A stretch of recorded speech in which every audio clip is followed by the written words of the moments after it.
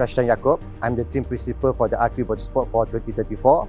This is my first project with R3 and I'm looking forward for this project to succeed in November during S1K. I think in any racing, I think the most critical part is about aerodynamic. It's trying to reduce the weight of the car to ensure that it's agile on the track, and also due to the configuration of the car, we don't want to lose any speed while making any adjustment to the actually quite refined S70.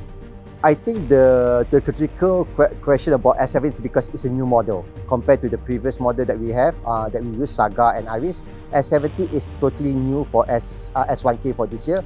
So it's a challenge from the start to get the data, the right dynamics, and also the team has been going around the clock to ensure that we get the right configuration to race during the racing. The main character of the S70 is the size of the car. I think it gives us a more confident level in terms of traction because the weight distribution is fairly even. So when I actually do the racing with the right configuration, it will actually latch to the track better than any other models that we have before. Well, in any racing, I think the first key point is to make sure that our drivers is safe. So safety comes first in terms of strategy.